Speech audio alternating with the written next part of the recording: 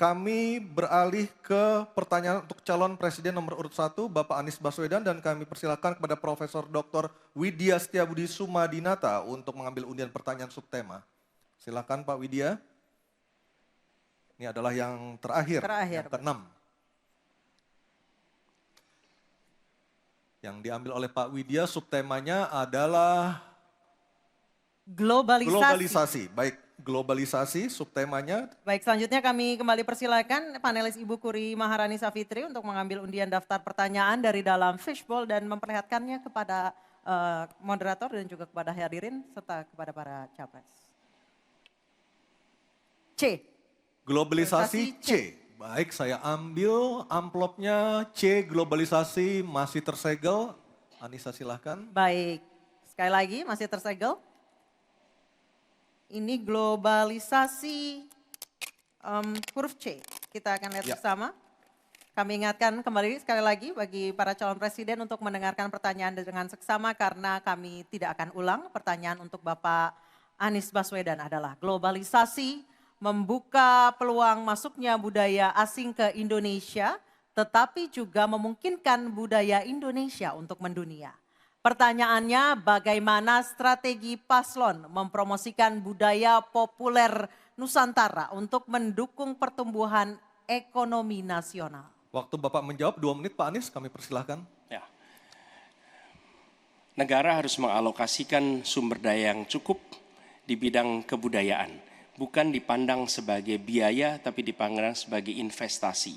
Dengan begitu, maka karya-karya kita, dari mulai kuliner, karya seni seperti film, itu menjadi tumbuh berkembang dan kemudian bisa dibawa ke level global.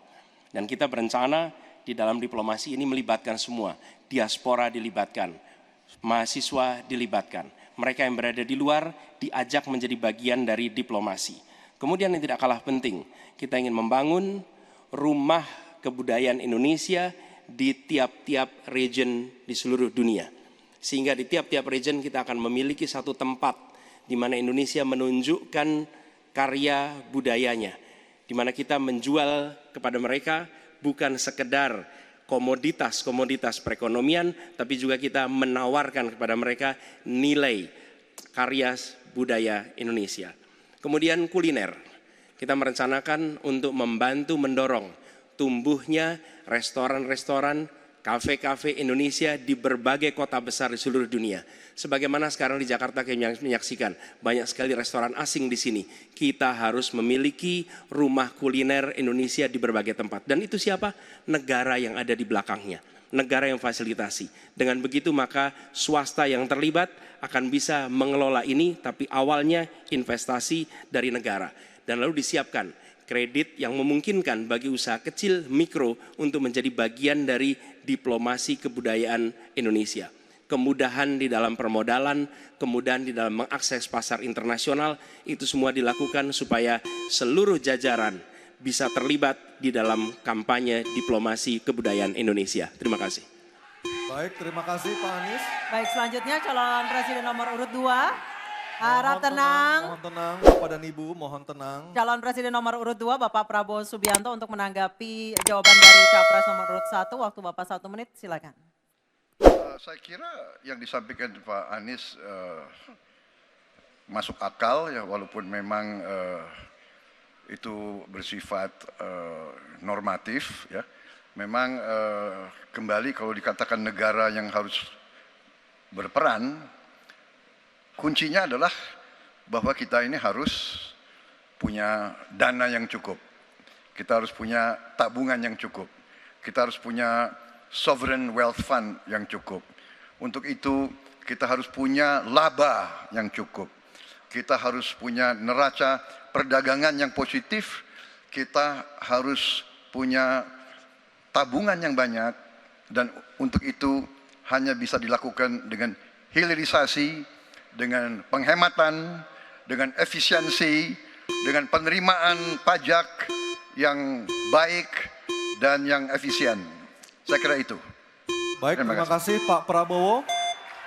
Selanjutnya kita dengar Mohon tenang, kita dengar tanggapan ataupun jawaban dari calon presiden nomor urut 3 Bapak Ganjar Pranowo menanggapi jawaban capres nomor urut 1. Waktu Anda 1 menit Pak Ganjar, kami persilahkan. Teknologi digital sudah mendunia, kita semua menggunakan itu. Maka ada satu kata namanya viralisme.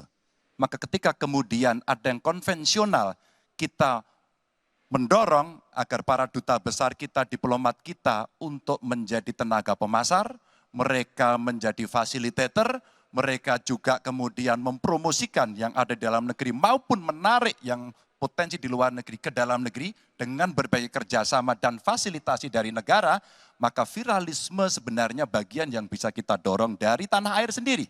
Kalau kita lihat Nicky, Rich Brian, Karina seorang intelektual yang hebat sekali yang menemukan antivirus AstraZeneca. Dia diaspora yang hebat, kita promosikan, kita viralkan. Nicky Rich Brian, Voice of Baceprot yang kemudian mendunia kita fasilitasi, maka dialah yang akan bisa mendapatkan keuntungan dan sekaligus menjadi diplomat Baik. Sudah Indonesia. habis, Pak Ganjar. Oke, harap tenang. Mohon Harap tenang. Harap tenang. Selanjutnya kita kembali ke calon presiden nomor urut 1 Bapak Anies Baswedan untuk merespon tanggapan dari kedua capres. Waktu Bapak 1 menit, silakan. Terima kasih. Kami bersyukur sekali bahwa Bapak-Bapak berdua sepaham dengan apa yang kami gagas.